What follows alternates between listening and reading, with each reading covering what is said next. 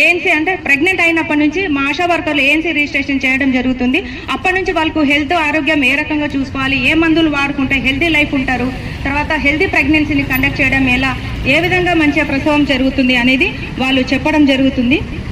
తర్వాత healthy baby పుడితేనే healthy life ఉంటుంది. Healthy అమ్మాయిగా కౌరమ్మ దశలో వాళ్ళు జీవిస్తారు. దాని తర్వాత ఏమవుతుందంటే ఆమె హెల్దీ లైఫ్, హెల్దీ ప్రెగ్నెన్సీ, తర్వాత హెల్దీ బేబీ డెలివరీ అవుతుంది. ఇది ఏంటంటే హెల్దీ చక్రం అనేది చేయడం జరుగుతుంది. అంటే హెల్దీ బేబీ పుడితే హెల్దీ లైఫ్ ని జీవిస్తుంది, తర్వాత హెల్దీ ప్రసవం అయింది, ఆరోగ్యకరమైన జీవితాన్ని ఆమె కొనసాగడం జరుగుతుంది. కాబట్టి ప్రతిదీ వాళ్ళకు హెల్త్ అవేర్నెస్ గురించి చెప్పడం జరుగుతుంది. తర్వాత మా వర్కర్లు కూడా ఏంటంటే డెలివరీ ముందు యాంటీనల్ చెకప్స్ కానీ పోస్ట్ నేటల్ చెకప్స్ ప్రతిదీ వారి అవేర్నెస్ ప్రోగ్రామ్ కండక్ట్ చేసేసి ఆరోగ్యమైన జీవితాన్ని ఇవ్వడం జరుగుతుంది.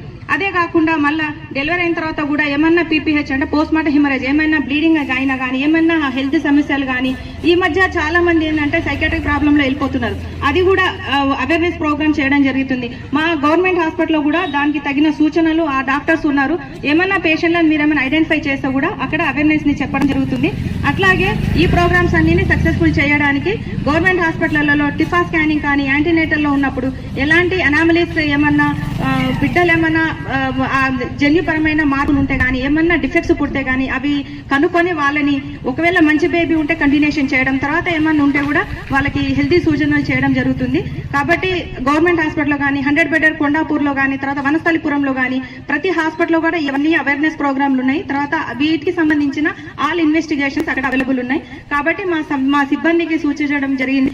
ఏమైనా ప్రాబ్లం ఉన్నా కానీ ఏ విధంగా వాటిని మనము నిలదొక్కుకోవాలి, తర్వాత వాళ్ళకి ఏమైనా హెల్త్ సూచనలు ఇవ్వాలి అనేది మేము చెప్పడం జరుగుతుంది. కాబట్టి ఈ వరల్డ్ హెల్త్ డే గురించి మేము అందరికీ అవేర్నెస్ ప్రోగ్రామ్ చేపట్టడం కోసం మేము ఈ ర్యాలీ చేపట్టడం జరిగింది. ఆరోగ్యంగా జీవించు, ఆరోగ్యంగా జీవించు. ఏప్రిల్ 7